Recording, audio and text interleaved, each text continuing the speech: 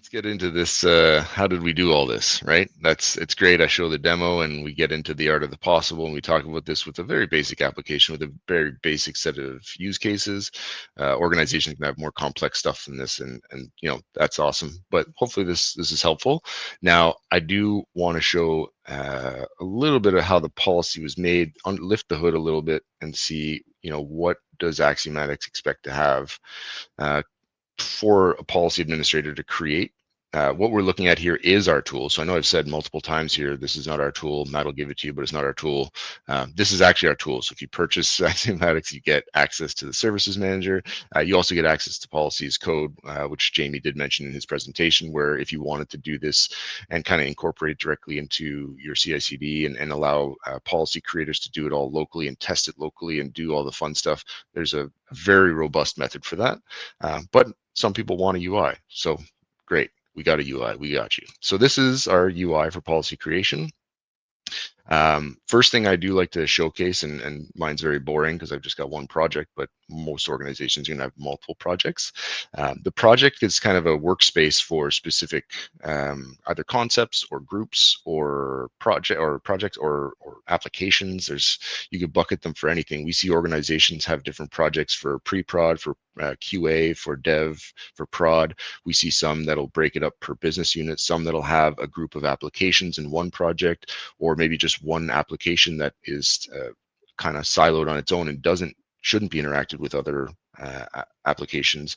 You can carve this up however you want, but it is a space that only individuals that have access to that project are going to be able to go in and either administer or view what's been built there. Okay, so it's a very important concept, especially in the UI world, because if you have access to multiple projects, you can toggle between them, work on them as a policy administrator, publish them out to domains and test them and do all that kind of fun stuff, but only for the projects you have access to. First thing I'd like to go through after we've gotten through understanding that a project is a workspace for you is to go into the dictionary. Now, the dictionary is, why do you need a dictionary? Well, you need placeholders for all the attributes that you're going to be working with, right? If I look at the use case, let's even go with the use case of the demo that we just looked at. My first use case would have been a manager in the US can approve purchase orders. And I could extend that even more, and I could say purchase orders that are in the US, right? I could bolt that on and say, because that's what the reality was, is the locations needed to match. The US is US, the US is not Europe, right? So if I look at that, manager, well, that's an attribute. US, well, that's an attribute. Approve, well, that's an attribute, that's an action, that's an attribute, it's important. And then we look at PO, well, that's a resource, right? So these are all elements that are part of building a policy. In order to build the policy, I have to make sure these attributes exist. So I'll go into my dictionary, I'll unpack what I just said, and I'll create attributes for every single element of my use cases that I know is going to require an attribute. What I just said also falls into one of four categories. So before you start building your attributes, you need to know what category they fall in. The first category here is access subject. Okay, that's the individual or system. Yes, you can do non-human identities too. It doesn't have to just be people. It could be systems. Access subject is very important. You're going to get context and detail about the individual or system that's trying to do something, right? So if I know everything about this, maybe if I even look at what we've done here, I've got a user region, user.region. That's my attribute. That's my placeholder. I'm eventually going to get a value that's going to tell me that user's region, but for now, I just need a placeholder. So I'll put that in. I'll build it. And you'll see when I go into the policy creation part that's going to show up as something that we can actually use. The role is important. Training was important for us. If I wanted to put certifications in, if I wanted to put citizenship, nationality, date of birth, boss's name, so on and so forth. These are all attributes that define the individual or system that we're trying to work with.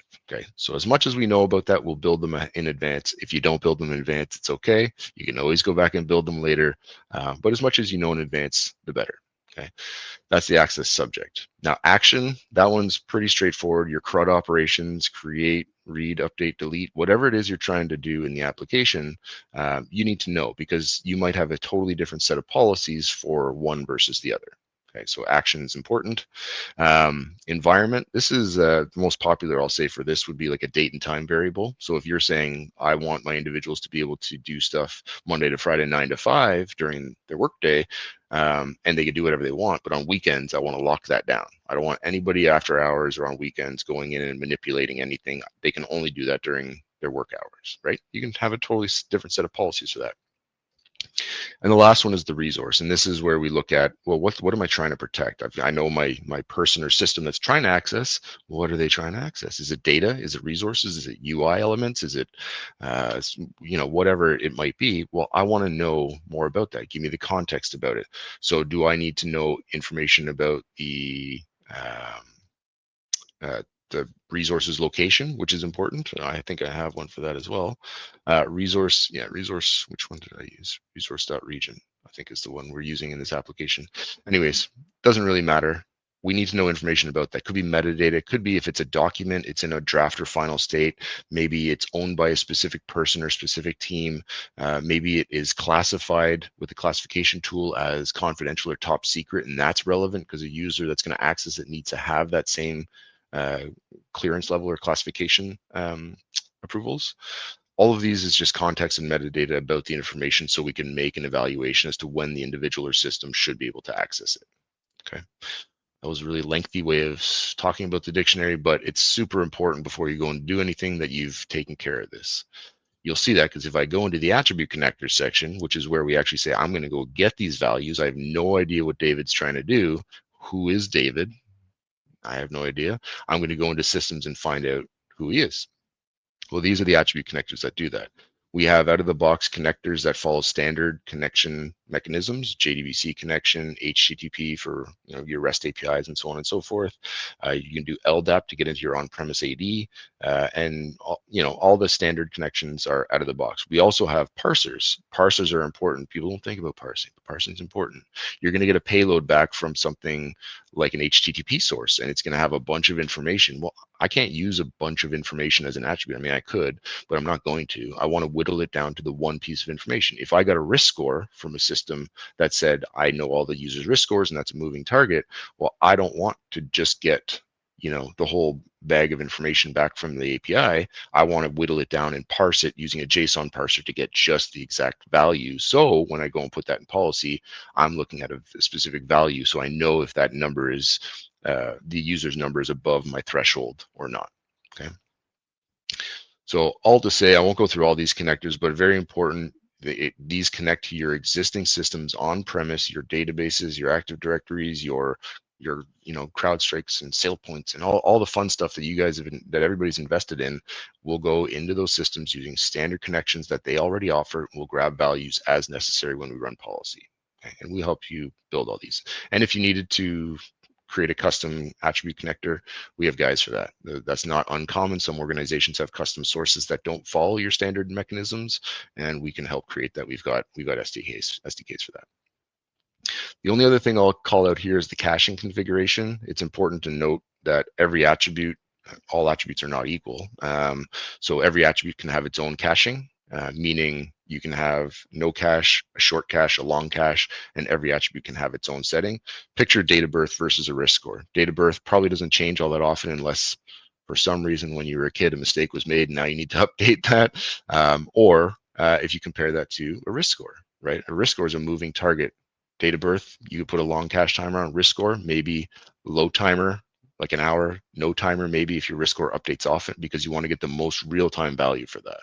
So every single attribute can get its own cache timer. Very important. All right, I'll jump into policy here, and we'll kind of go through this a little bit quickly, but you'll get the gist of it pretty quick when I go in. This is our visual workflow. Okay, as mentioned, there's policy as code, and you can go through that and build it all within code, but some people like to have the visuals behind it. It helps, especially in the early days of these projects. This is my main entry point. So when I go in here, and yes, I know I got real estate issues because I'm on a laptop. When I go in, this is my main entry point. I'm going to go in left to right and navigate top to bottom and go through everything as necessary based on the attributes I know from my policy enforcement point. Okay. Now, in my case, I'm going to be going through the main policy. I'm just going to jump right to purchase orders. Those are all references to one of those branches. But if I get into the purchase orders, which is where we actually were working, you'll see the PEP would have sent us information about us clicking on that purchase order button. So when I was in the application with Michael or Pam or Jim, I clicked on that button. that purchase order button. The PEP sent me this. It would say purchase order. So if I see resource.object type is purchase order in that query that came to the PDP, then I'm going to say, okay, well, this is the path I'm going down. I'm going down this path. Then I'm going to go to the top and start running through what's next. Action.identity, this would be the action. I talked about the CRUD operations. Well, read. All I did in that application was read. So this path is actually true. The PEP would tell me I'm trying to read something. Okay, in this case, what's first? I've got a couple different individuals that are going to be able to read POs, right? Your manager and your employee both can do that. They can read their own POs. That's exactly what this is for. If I go and pull the attribute for Michael or Pam or Jim, and I'm going to find out they were an employee or a manager, I'm going to say, well, if they are, then I carry on to the rule. Let's go take a look at the rule. The rule itself, just a simple toggle. It just says permit, right? In that case, great. We know they're permitted, but we've got that little caveat down here that you can't really see, but you can kind of see it's a condition. It says the order user ID needs to equal the identity of what this basically means, the identity of the individual. So the resource that they're trying to look at needs to equal the individual's resource. So Pam can only see Pam, Michael can only see Michael. I know that's not true. Michael can see more, but that's the next one. But individuals can only see their own POs out the gate, flat out. Okay. Now, if I go and look at more of the manager role, I'll say, well, the manager, he's got obviously the ability to go in and approve POs and see more things and do more things. So if they're a manager, they also will take a look at this path. They'll be permitted to see everything listed here. And that's going to be the resources are in the same region as the user. The user, Michael, is in the US. So he's going to see all of the resources in that region, meaning all of the POs that are generated from that region. And then the industry type, which we didn't really look at, but it was industry's office, which it's going to align. We didn't cover that in the demo, so I'll just kind of glaze over that a little bit. But as long as these are not as long as they're true, but these will be evaluated to put a condition onto it. And that kind of allows us to drive that. So the more you go through it, the more information you get, and you get these responses back to the policy enforcement point for enforcement in the application.